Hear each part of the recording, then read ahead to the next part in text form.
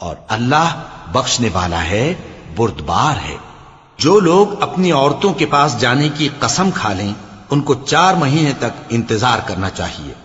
اگر اس عرصے میں قسم سے رجوع کر لیں تو اللہ بخشنے والا ہے، مہربان ہے۔ اور اگر طلاق کا ارادہ کر لیں تو بھی اللہ سنتا ہے، جانتا ہے۔ اور طلاق والی عورتیں 3 حیض تک اپنے تئیں روکے رہیں، اور اگر وہ اللہ اور روز قیامت پر ایمان رکھتی ہیں تو ان کو جائز نہیں کہ اللہ نے جو کچھ ان کے شکم میں پیدا کیا ہے اس کو چھپائیں۔ اور ان کے خاوند اگر پھر موافقت چاہیں تو اس مدت میں وہ ان کو اپنی زوجیت میں لے لینے کے زیادہ حقدار ہیں۔ اور عورتوں کا حق مردوں پر ویسا ہی ہے جیسے دستور کے مطابق مردوں کا حق عورتوں پر ہے، البتہ مردوں کو عورتوں پر 1 درجہ فضیلت ہے، اور اللہ غالب ہے، صاحب حکمت ہے۔ طلاق صرف 2 بار ہے، یعنی جب 2 دفعہ طلاق دے دی جائے تو پھر عورتوں کو یا تو بطریق شائستہ نکاح میں رہنے دینا ہے یا بھلائی کے ساتھ چھوڑ دینا۔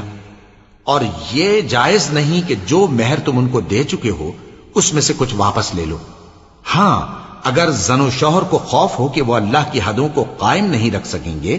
تو اگر عورت خاوند کے ہاتھ سے رہائی پانے کے بدلے میں کچھ دے ڈالے تو دونوں پر کچھ گناہ نہیں۔ یہ اللہ کی مقرر کی ہوئی حدیں ہیں، ان سے باہر نہ نکلنا، اور جو لوگ اللہ کی حدوں سے باہر نکل جائیں گے وہ گناہگار ہوں گے۔ پھر اگر شوہر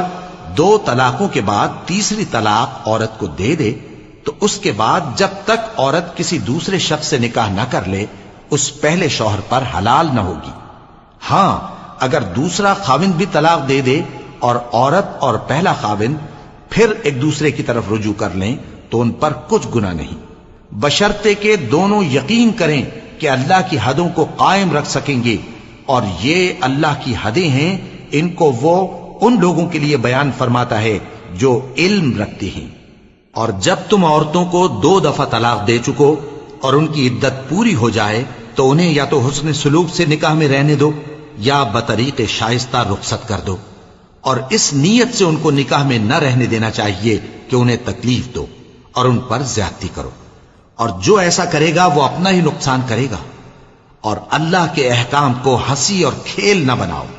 اور اللہ نے تم کو جو نعمتیں بخشی ہیں اور تم پر جو کتاب اور دانائی کی باتیں نازل کی ہیں جن سے وہ تمہیں نصیحت فرماتا ہے ان کو یاد کرو، اور اللہ سے ڈرتے رہو، اور جان رکھو کہ اللہ ہر چیز سے واقف ہے۔ اور جب تم عورتوں کو طلاق دے چکو اور ان کی عدت پوری ہو جائے تو ان کو اپنے شوہروں کے ساتھ جب وہ آپس میں جائز طور پر راضی ہو جائیں نکاح کرنے سے مت روکو۔ اس حکم سے اس شخص کو نصیحت کی جاتی ہے جو تم میں اللہ اور روز آخر پر یقین رکھتا ہے، یہ تمہارے لیے نہایت خوب اور بہت پاکیزگی کی بات ہے، اور اللہ جانتا ہے اور تم نہیں جانتے۔ اور مائیں اپنے بچوں کو پورے 2 سال دودھ پلائیں، یہ حکم اس شخص کے لیے ہے جو پوری مدت تک دودھ پلوانا چاہے، اور دودھ پلانے والی ماؤں کا کھانا اور کپڑا دستور کے مطابق باپ کے ذمے ہوگا۔ کسی شخص کو اس کی طاقت سے زیادہ تکلیف نہیں دی جاتی، تو یاد رکھو کہ نہ تو ماں کو اس کے بچے کے سبب نقصان پہنچایا جائے اور نہ باپ کو اس کی اولاد کی وجہ سے نقصان پہنچایا جائے، اور اسی طرح نان و نفقہ بچے کے وارث کے ذمے ہے۔ اور اگر دونوں یعنی ماں باپ آپس کی رضامندی اور صلاح سے بچے کا دودھ چھڑانا چاہیں تو ان پر کچھ گناہ نہیں، اور اگر تم اپنی اولاد کو دودھ پلوانا چاہو تو تم پر کچھ گناہ نہیں، بشرطے کہ تم دودھ پلانے والیوں کو دستور کے مطابق ان کا حق جو تم نے دینا کیا تھا دے دو، اور اللہ سے ڈرتے رہو، اور جان رکھو کہ جو کچھ تم کرتے ہو اللہ اس کو دیکھ رہا ہے۔ اور جو لوگ تم میں سے مر جائیں اور عورتیں چھوڑ جائیں تو وہ عورتیں 4 مہینے اور 10 دن اپنے آپ کو روکے رہیں، اور جب یہ عدت پوری کر چکیں اور اپنے حق میں پسندیدہ کام یعنی نکاح کر لیں تو تم پر کچھ گناہ نہیں، اور اللہ تمہارے سب کاموں سے واقف ہے۔ اگر تم اشارے کنائے میں عورتوں کو نکاح کا پیغام بھیجو یا نکاح کی خواہش کو اپنے دلوں میں مخفی رکھو تو تم پر کچھ گناہ نہیں، اللہ کو معلوم ہے کہ تم ان سے نکاح کا ذکر کرو گے، مگر ایام عدت میں اس کے سوا کے دستور کے مطابق کوئی بات کہہ دو، پوشیدہ طور پر ان سے قول و قرار نہ کرنا،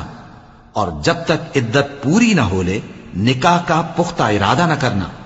اور جان رکھو کہ جو کچھ تمہارے دلوں میں ہے اللہ کو سب معلوم ہے، تو اس سے ڈرتے رہو اور جان رکھو کہ اللہ بخشنے والا ہے، حلم والا ہے۔ اور اگر تم عورتوں کو ان کے پاس جانے یا ان کا مہر مقرر کرنے سے پہلے طلاق دے دو تو تم پر کچھ گناہ نہیں، ہاں ان کو دستور کے مطابق کچھ خرچ